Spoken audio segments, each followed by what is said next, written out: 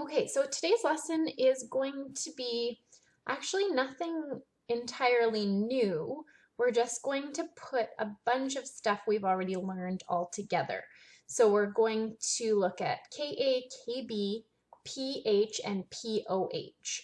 So when we're given problems that involve, a couple of these different aspects, how do we tackle them? So just a few things to remember.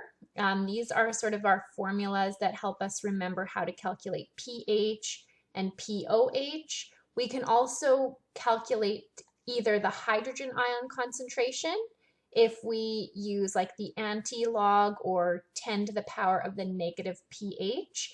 You could also do the OH negative ion concentration in the same way, but you'd use pOH as your exponent, and it would have to be negative, of course. And then we know that when we add the pH and the pOH together, it would equal 14.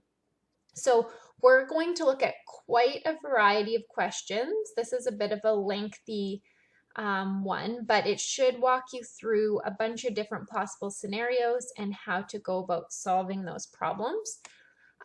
So again, I don't think I'll read through the steps. They're not really meaningful unless you actually apply them to a problem. So let's get right into the first problem.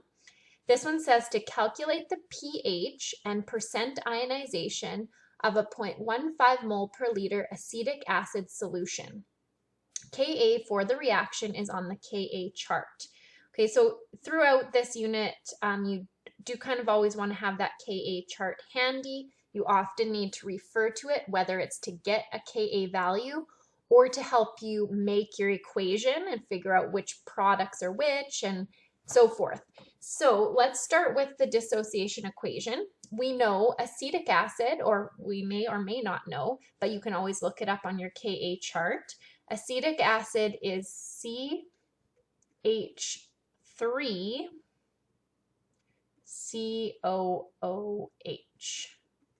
Just going to make a thinner line here. How do I do that? No. Oh, there we go.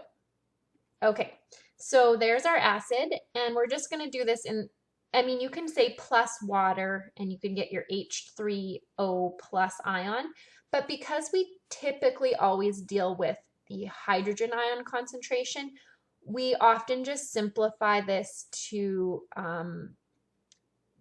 the acid breaking apart into H plus, and then it would be the acetic acid minus a hydrogen. So that becomes CH3COO. And when you remove one positive hydrogen ion, it goes from being neutral to having a negative charge. Okay, so we've done that before, nothing new there. Step 2 is setting up your ice chart. Again, nothing new here. So I'm going to make my ice table like I always would. I've got my acid, my hydrogen ion, and this would be your conjugate base, which is just the acetate ion. Okay, and then we do this. Try and make it as tidy as I can on this thing. Okay, so let's go back to the question and see what values we have to work with. So we're told that it's a 0.15 mole per liter acetic acid solution. So that is our initial concentration. We're not given any sort of concentration for anything else. So this would be the type where you fill in zeros and you use X's here in the change row. So we know our reactants are going to increase in concentration. Everything's a 1-to-1-to-1 ratio, so just increasing by X, and our reactant is going to decrease by X. So this becomes 0.15 minus X, and these guys just become X. Now, just like we've done in the past, we are going to ignore that X because that value would be very, very, very small, so it's considered insignificant. Okay, so let's go on to step 3. we're going to write the Ka expression and we're going to solve for x. So Ka is equal to the concentration of each product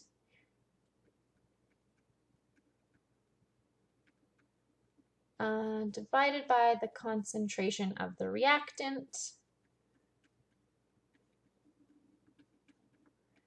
Now, the Ka value needs to be pulled from the Ka chart.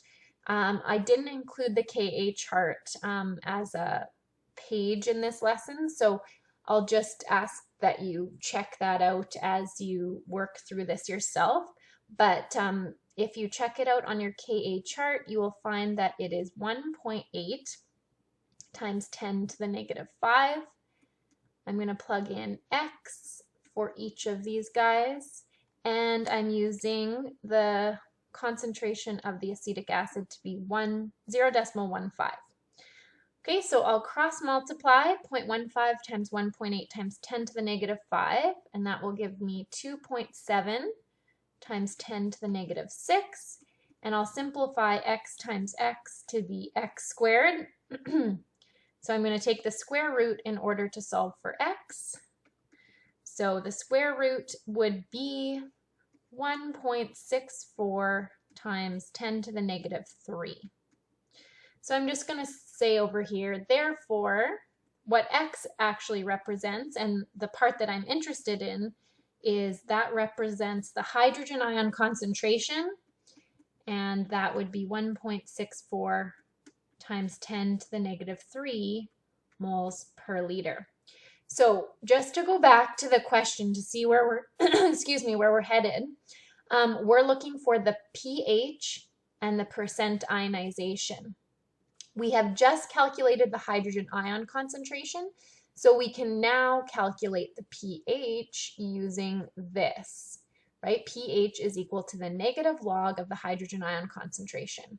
So that's what we're going to do next, is we're going to say pH equals the negative log of the hydrogen ion concentration, which is what we just calculated, 1.64 times 10 to the negative 3.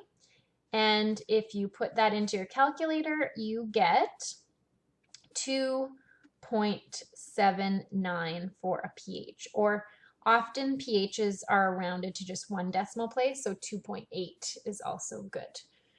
Okay, so that's one part of the question solved. Notice nothing we've done in any of these 4 steps is new to us. It's just now we've taken one type of problem and we've melded it into another type that we already knew how to do.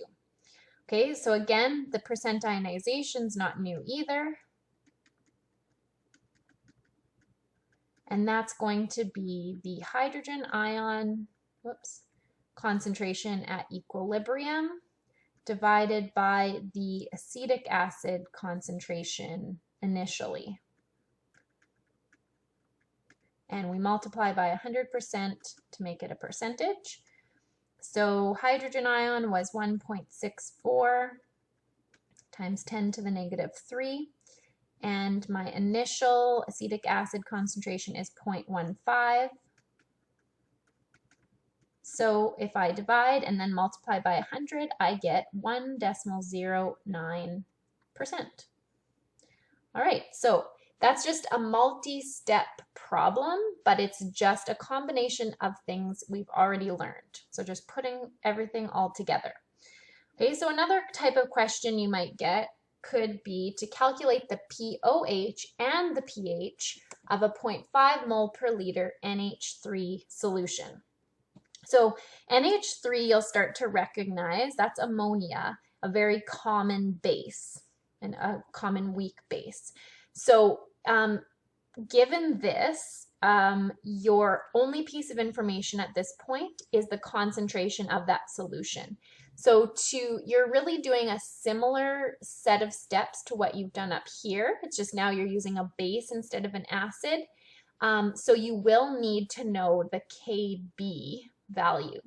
Okay, so they didn't tell you the Kb value, but if you go back to your last set of notes about weak strong and weak bases and Kb, you have a little mini chart of Kb values, and ammonia is at the very top of the chart.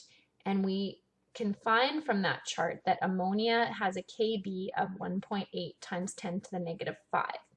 So I'm going to approach this question in exactly the same way as I did this question. It's just that I'm going to be doing Kb instead of Ka. And once I find P, I'm going to find both pH and pOH. Okay, so I'll start by writing the equation, NH3.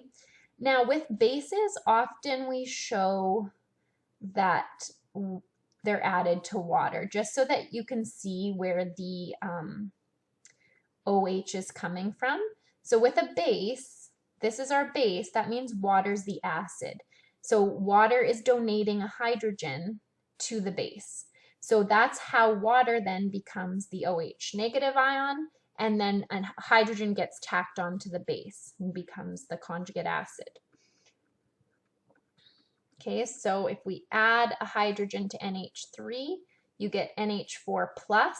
If you're unsure of whether or not, it's going to have a charge, think about two things. One is you're adding a positive ion to something that's neutral. So that's going to take it from being neutral to having a +1 charge. Secondly, you can always double check by looking at the Ka chart, and you can find both NH3 and NH4+ on that chart. And then we're going to go OH negative. Okay, so we've got that. Remember, water is a liquid here. So when we go to make our ice table, we're not going to include water. So I'm going to have NH3, NH4+, and OH negative. Oops. ICE.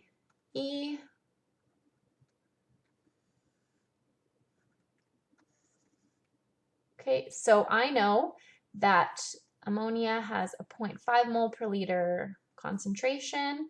My ions would be 0, and then I'm going to do the X thing, so minus X plus X plus X. So this becomes 0.5 minus X. I won't worry about that X, and these guys become X.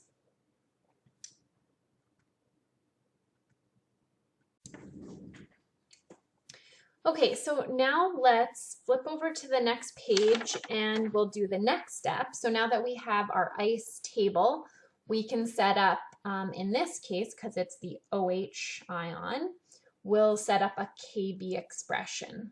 Okay, so our Kb expression, you go about it in the same way as Ka. We would have NH4+, OH negative, and we're going to divide that by the NH3. Okay, so I said previously that the Kb, and I'm getting that from that chart in your Kb notes, is 1.8 times 10 to the negative 5. I can represent these guys with X, and I'm going to use 0.5 for the NH3 concentration. So if I cross multiply, I get 9 times 10 to the negative 6, and I'm going to simplify X times X to X squared. To solve for X, I'm going to take the square root. So X is equal to 3 times 10 to the negative 3. Okay, so let's just write over here then, therefore, the OH negative concentration is 3 times 10 to the negative 3 moles per liter. Okay, so that's all stuff we've done before. Now, the question asked us to find the pH and the pOH. So if we know that the OH negative concentration is this value here, then we can first of all solve for pOH. and pOH is the negative log of the hydroxide ion concentration. So I'm going to plug in the value I just found, 3 times 10 to the negative 3. And when I solve for that, I get 2.52, or you could round to 2.5. Okay, so there's my pOH. If I know pOH, I can easily find pH.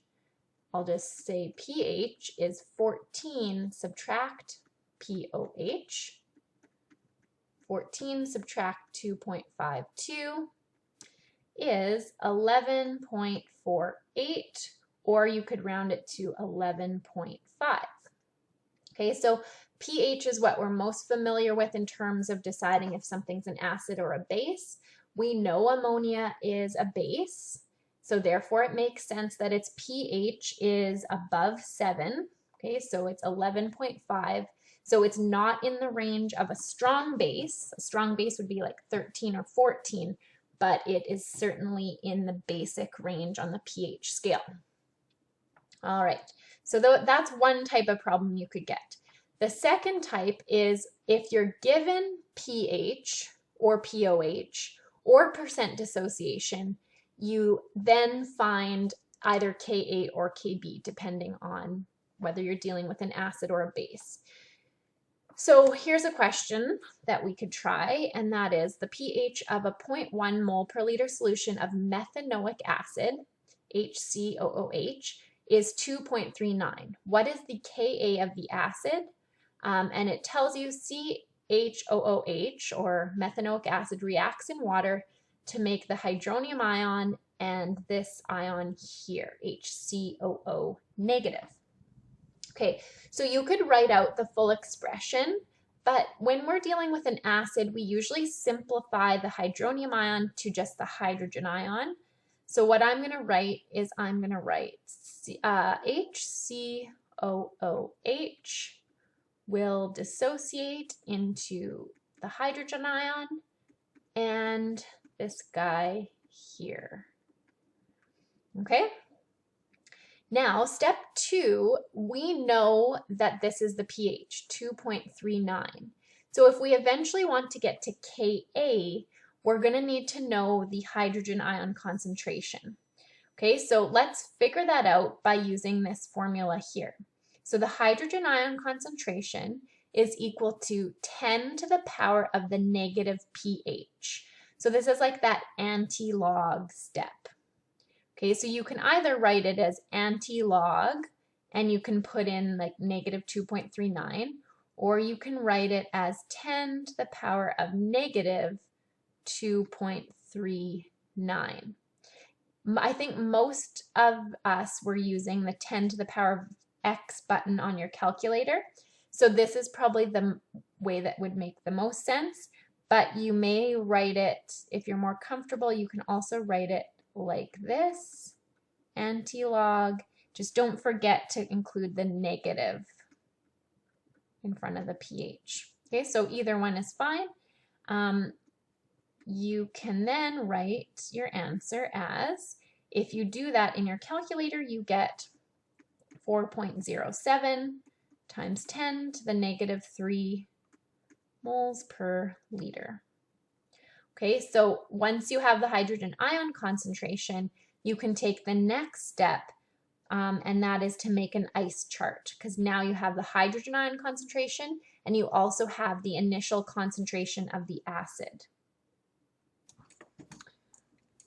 Okay, so we're going to use the hydrogen ion concentration and the concentration of the acid to set up our ice table, our ice chart.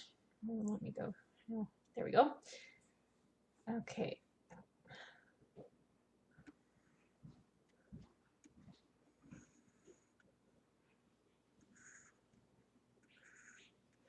So we will put the acid there, hydrogen ion, the negative ion here. Okay, so initially the concentration is 0.1, And the other piece of information that we know is that the hydrogen ion concentration is 4.07 times 10 to the negative 3. Okay, so because this is all in a 1-to-1 ratio, we'll do this.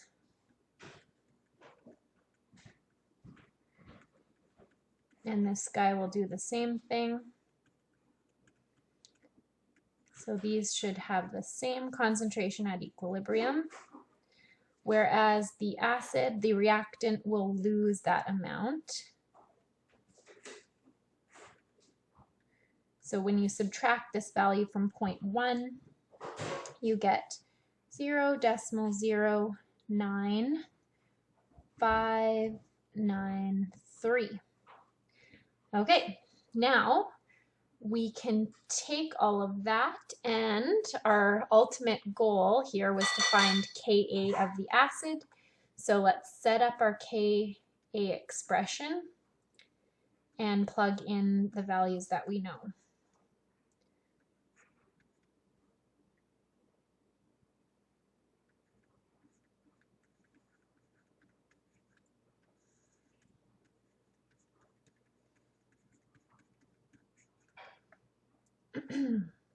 So we would put in 4.07 times 10 to the negative 3 for both of these.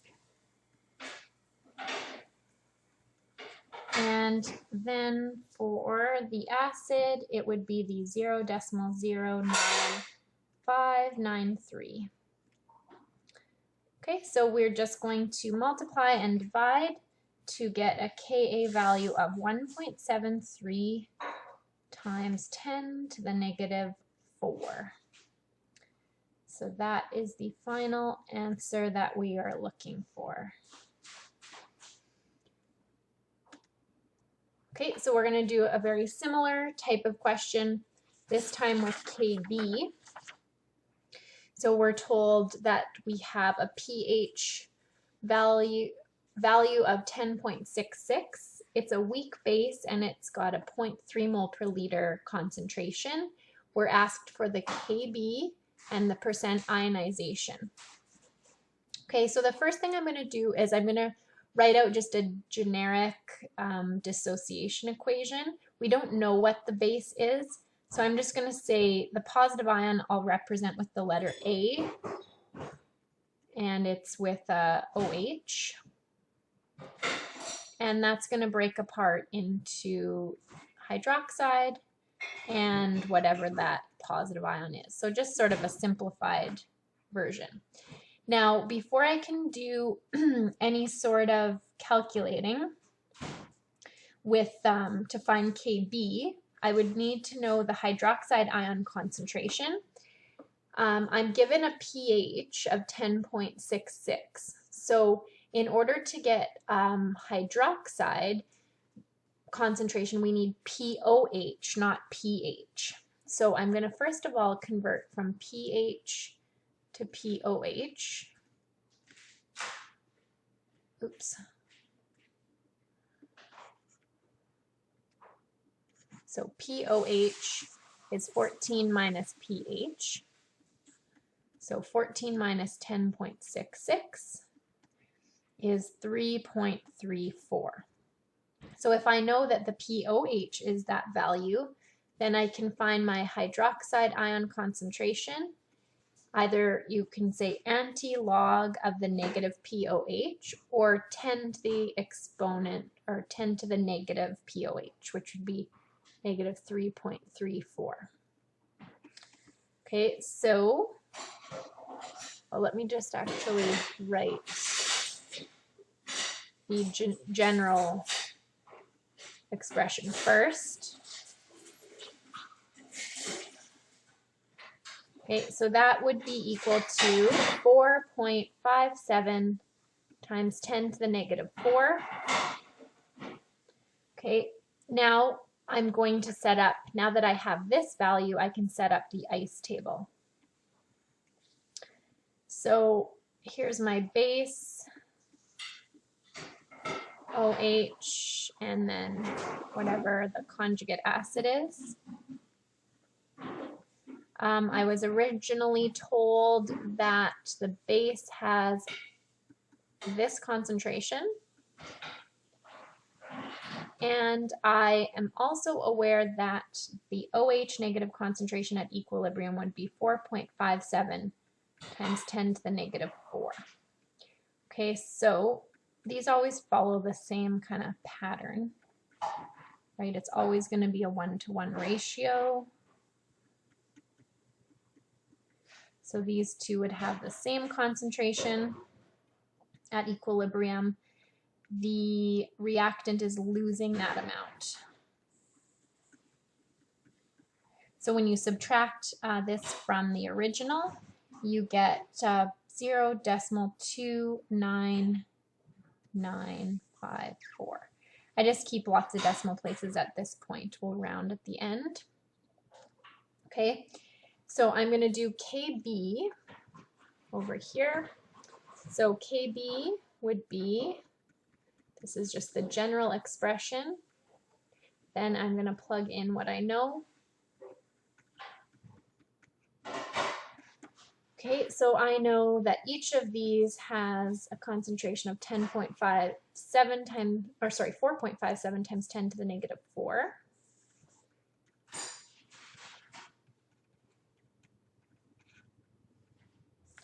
And I'm going to divide by the concentration of the base. And that will give me a value of 6.97 times 10 to the negative 7. So that was one thing I was asked for in the question. The second thing was percent ionization. So we want to know what percentage of the solution contains hydroxide ions. So this would be the equilibrium concentration divided by the initial concentration of the base. And we'll make it a percent. So 4.57 times 10 to the negative 4 divided by 0.3 and multiplied by 100. And that will give us 0.15%. So a very, very small amount of the solution contains the hydroxide ion. So that's a good indication that that's a weak base, which was stated in the question. Okay, you can also tell by the pH, right? It's only 10.66. Okay, I know this is getting long, but let's do two more, and then you'll have seen most types of questions that you could encounter. So here we have ammonia again. It's telling us a 0.1 molar or mole per liter solution of ammonia is 1.349% ionized. Calculate the Kb for NH3. Okay, so this is different from what we've seen. We start off with the percent ionization and we go from there. So always, before you do anything, just write out the dissociation equation. So in a base, I usually, especially if it's not one that's like an OH base, I would show plus water. Okay, and that's going to become NH4 plus OH negative. Now, let's write out our percent ionization formula and fill in what we know.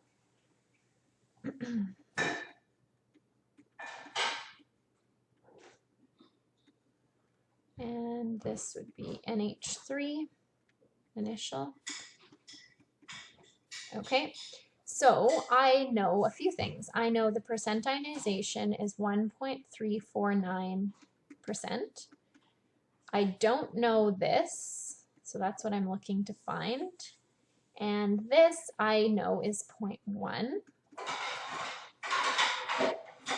Okay, so the first thing I can do to simplify this is I'm going to divide by 100 on both sides. And that will give me 0.01349. equals the OH negative concentration over 0.1. So I'll just cross multiply to solve for the OH negative concentration, and that should equal 1.35 times 10 to the negative 3 moles per liter is the concentration of the hydroxide ion. All right, so now that I have that, and I also know the initial concentration, my end goal here is to get Kb. So I need an ice table, and then I'm going to plug the values into the Kb expression.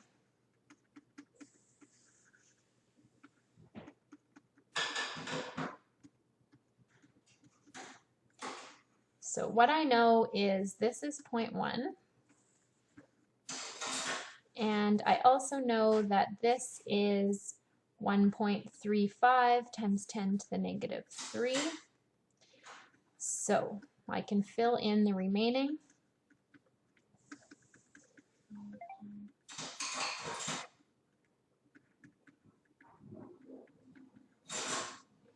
And this would be losing that amount. So when I subtract, I would get 0.09865. Okay, so finally, let's figure out what Kb is equal to.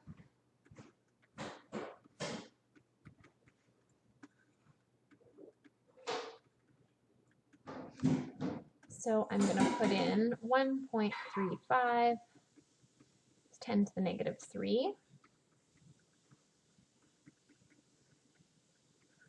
And I'm going to divide that by 0.09865. And my final answer is 1.85 times 10 to the negative 5. And actually, if you go back, we did a previous question with ammonia, and we used the Kb value from the chart in your last set of notes. We used 1.8 times 10 to the negative 5.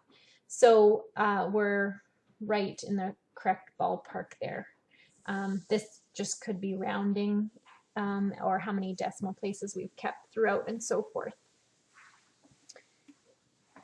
Okay, last one. Another little twist on the same stuff. This time you're told you have 8 grams of acetic acid and it's dissolved in 500 milliliters of water. If the Ka for acetic acid is 1.8 times 10 to the negative 5, calculate the pH. So end goal is pH. Well, first we have to do something with this. We've got a mass and a volume. So we need to deal in concentration. So we want to convert grams to moles and then figure out what the concentration is. First, I'm just going to write out acetic acid is like this, and it's going to break up like so. Oops. Okay, so let's get ourselves into an actual concentration in moles per liter here. So I can convert from grams to moles using the molar mass. So the molar mass of acetic acid, I'm just adding 2 times carbon plus 4 times hydrogen plus 2 times oxygen to get 60.06. So that would give me 0.1332 moles. From there, I can figure out using C equals N over V, if I have that many moles, I'm going to divide by a volume. I'm just going to change it to liters so that we can have it in moles per liter. And that would be 0.266 moles per liter. And that would be the concentration of the acetic acid. Oops. Initially, right? That we would start with. So now that I know that and I know the Ka. So I can do an ice table again and fill in what I know.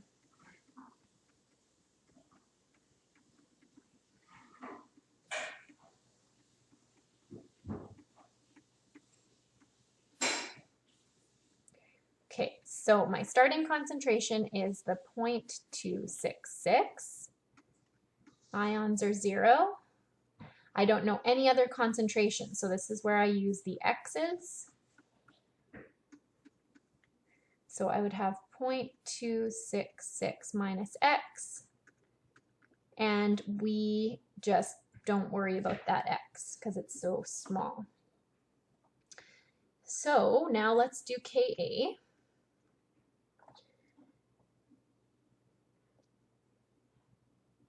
And we do know the Ka value, so we'll look to solve for x, which will give us the hydrogen ion concentration.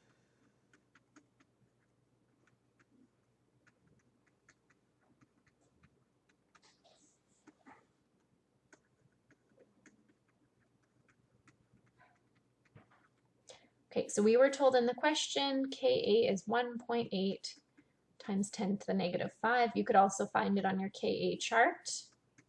We'll represent these concentrations with x, and this one will be 2.66. So I'm going to cross multiply to start. So 0.266 times the 1.8 times 10 to the negative 5 is going to give me this value here. And I'm going to simplify this to x squared. So let's take the square root to solve for x, and we get 2.19 times 10 to the negative 3. Okay, so x is equal to the concentration of the hydrogen ion at equilibrium. So let's just say, therefore, concentration of the H plus is 2.19 times 10 to the negative 3 moles per liter. Now, we're still not done because the question asked us for the pH. We're almost there. So pH is the negative log of the hydrogen ion concentration.